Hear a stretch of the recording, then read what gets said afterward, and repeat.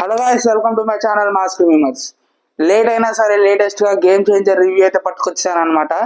Already తెలిసి late అయిపోయింది, కానీ నాకు కొన్ని కారణాల వల్ల సినిమా అయితే లేటు చూసాను. సినిమా అయితే చూడకుండా రివ్యూ ఇవ్వకూడదు కదా, సో అందుకే అనమాట. ఎవడో చెప్పాడు 30 స్కందాలు బెస్ట్ దీనికంటే అని వాడిని తీసుకెళ్ళి చెప్పు పెట్టి లాగా ఒకటి ఇవ్వండి అనమాట. సినిమా అయితే చాలా ఎక్సలెంట్గా ఉంది. సూపర్ మరి కోట్లు అని చెప్పం కానీ ఎక్సలెంట్ ఫిలిం అనమాట. గుడ్, కొంచెం డీసెంట్గా ఉంది. అక్కడ మీరు మనిషి ఎలా బ్రతకాలో చూపిస్తాడు ఆ సినిమాలో. లైక్ మనం చూసినట్టు ఎలా చెడిపోవాలో కాకుండా ఎలా బతకాలో చూపిస్తాడు. లైక్ రామ్ చరణ్ని చాలా బెస్ట్గా చూపించారనమాట. తను బెస్ట్గా చేశాడు, డైరెక్టర్ కూడా చాలా బెస్ట్గా చూపించాడు. మన రాయప్ప శ్రీకాంత్ యాక్టింగ్ అయితే ఎక్సలెంట్ అనమాట. మన ఎస్జే సూర్య గురించి అయితే అసలు చెప్పవసరం లేదు. హీరోయిన్ అయితే గుడ్, కానీ ఒక్కటే డ్రాబ్యాక్ ఏంటంటే పాటలకి ఎక్కువ ఖర్చు పెట్టాడు. కానీ పాటలు ఎందుకు వస్తున్నాయి, చాలా బలవంతంగా ఫిట్ చేశారు పాటల్ని. అక్కడ పాట అవసరం లేదు, కానీ పాటను పెట్టి చాలా నాశనం చేశారనమాట సినిమాని.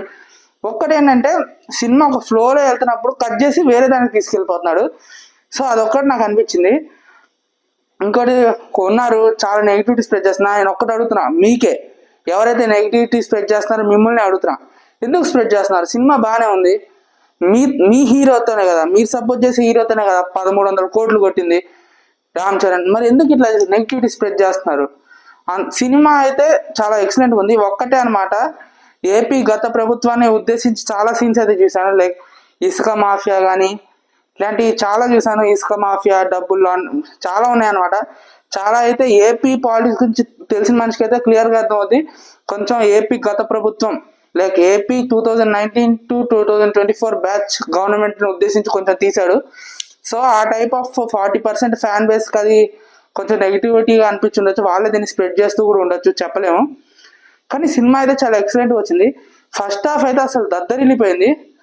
ఇక్కడ ఇది ఉంటుంది కదా ఐఎమ్ అన్ప్రెడిక్టబుల్ అని, ఆ సీన్ సెకండ్ హాఫ్లో వస్తుంది. కానీ ఫస్ట్ హాఫే అన్ప్రెడిక్టబుల్, సెకండ్ హాఫ్ కొంచెం మనం ప్రిడిక్ట్ చేయొచ్చు. కొంచెం మనం సినిమా ఎలా ఉంది ఇలా అని అయితే కొంచెం తెలుస్తుంది మనకి.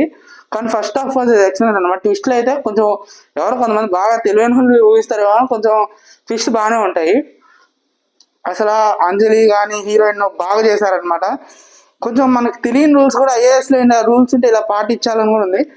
మెయిన్ ఎజెండా ఏంటంటే మూవీకి, అది మీరు మూవీలో చూడండి కానీ చెప్తున్నా, ఒక ఎలక్షన్ కమిషనర్ ఎలా అయితే బిహేవ్ చేయాలో అలా అయితే ఉందన్నమాట. సో ఏమని మిమ్మల్ని సినిమా ఎక్స్పీరియన్స్ చెడగొట్టడానికి కాదు, ఆల్రెడీ 3 రోజులు అయిపోయింది కాబట్టి ఆల్రెడీ చూస్తుంటారు. కానీ చెప్తున్నా, నా రివ్యూ అయితే ఈ టమాటాలు ఇలాంటి ఏం వాళ్ళ పనికి మాల ఇవ్వం. చెప్పండి, ఇలా స్కందానే పెట్టుకోమనండి. స్కంద చాలా స్క్రీన్ అది పక్కన పెడితే గేమ్ చేంజర్ ఎక్సలెంట్గా ఉందన్నమాట. త్వరలో నేను మీకు డాకుమారాజ్ రివ్యూ కూడా తీసుకొస్తాను. Until then signing of.